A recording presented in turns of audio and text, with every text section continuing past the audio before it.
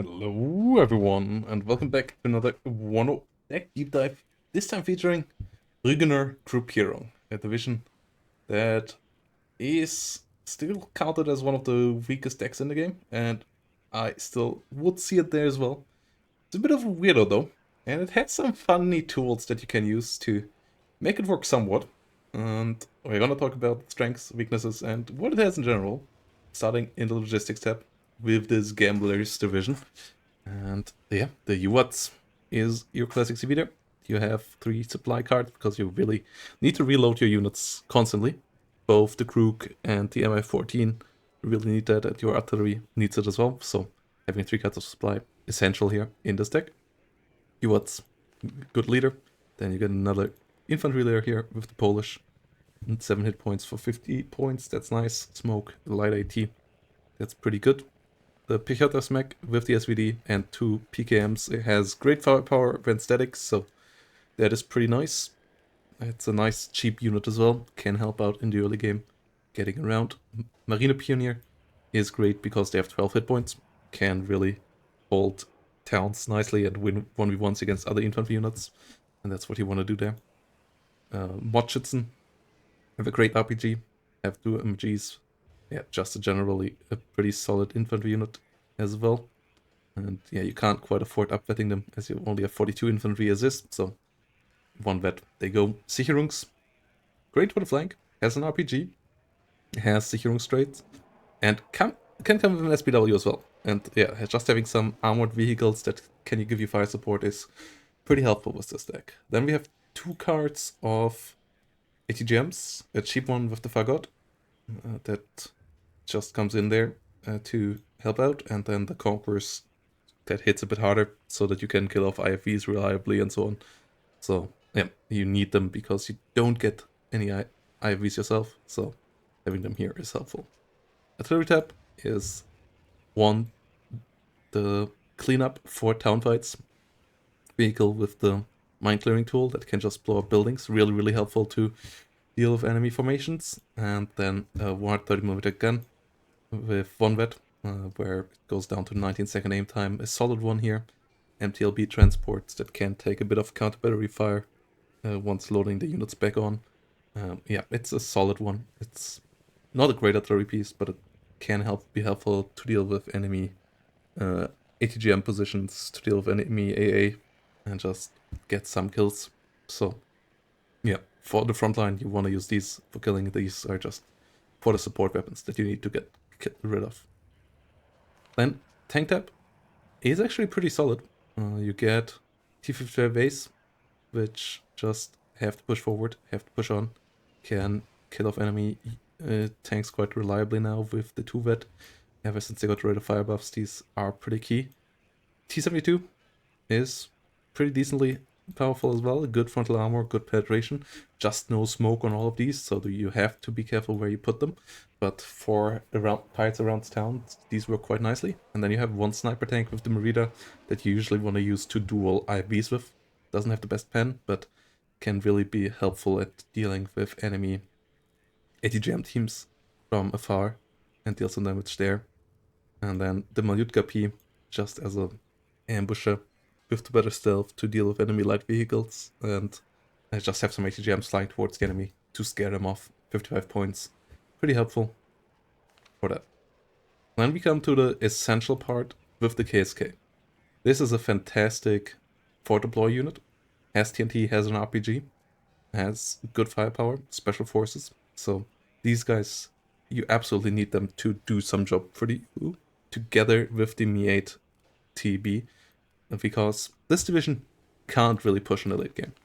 It can do a bit of pressure in the early game, especially with the T55s and so on following up, but you want to take ground in the first 10 minutes at the latest, and then get your tick from there. If you have to push after that, this deck won't do it for you. That's why I still rank it low, because it just doesn't have that flexibility in the late game. It has pretty good defensive tools, so to set that up, the KSK and the Mi-8 have to come around. Mi-8 can overwhelm openers and so on if the enemy doesn't have any forward deploy AA, so getting these around is pretty helpful.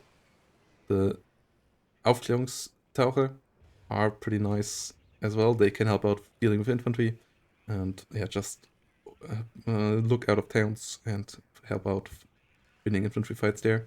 And then the PT-76 is at least some light fire support, can deal with APCs nicely, and ever since the rate of fire buff, actually, yeah, a couple of these can deal with some IFVs as well.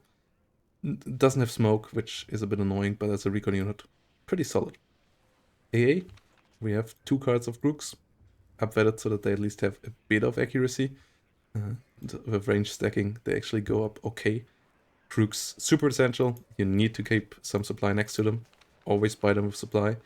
And yeah, having 2 around so that the enemy gets at least pushed away and often enough killed off is pretty key as well. Shilka, great against helicopters. It can help out against planes as well if you have 2 or 3 of them around. So that is pretty important.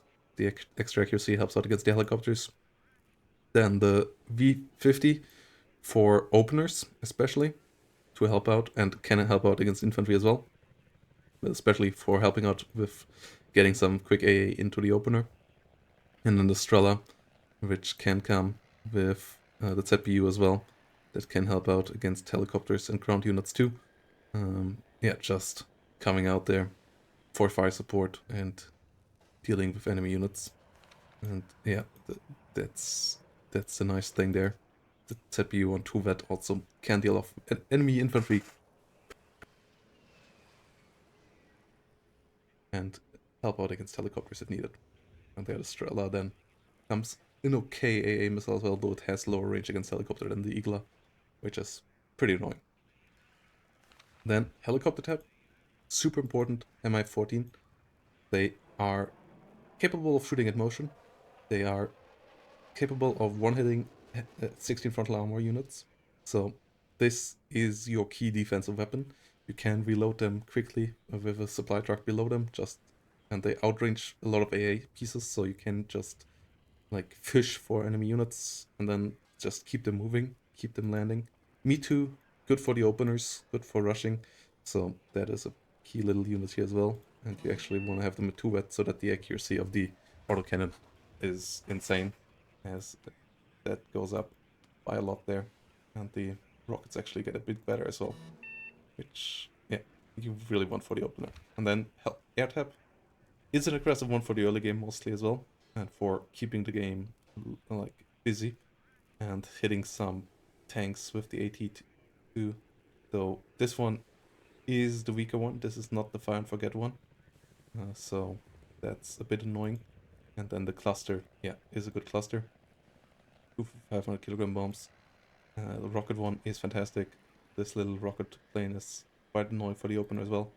MiG-23 has the R24 hours at least, so that's a fine fighter here. It's not great, but it does the job. You unfortunately can't really afford the second card. Otherwise, having 6 of these would be, or 4 with 1 vet, would be pretty nice. Yeah, decent range here. And yeah, just together with the Brook should be able to at least keep the enemy off you from just spamming you with air. Though it can't really push you through. And yeah, really, that's the issue of this deck. It is a great defensive deck, and if you talk about strengths, good AA, fantastic defensive helicopters, and good like combined arms here with tanks and infantry, like good light forces for the beginning. Weaknesses, no IV.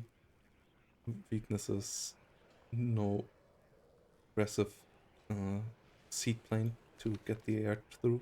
No, seed plane is really big for this deck. If it would have a seed plane, this air tap could absolutely be viable. But without that, that's a big issue. And then third one is no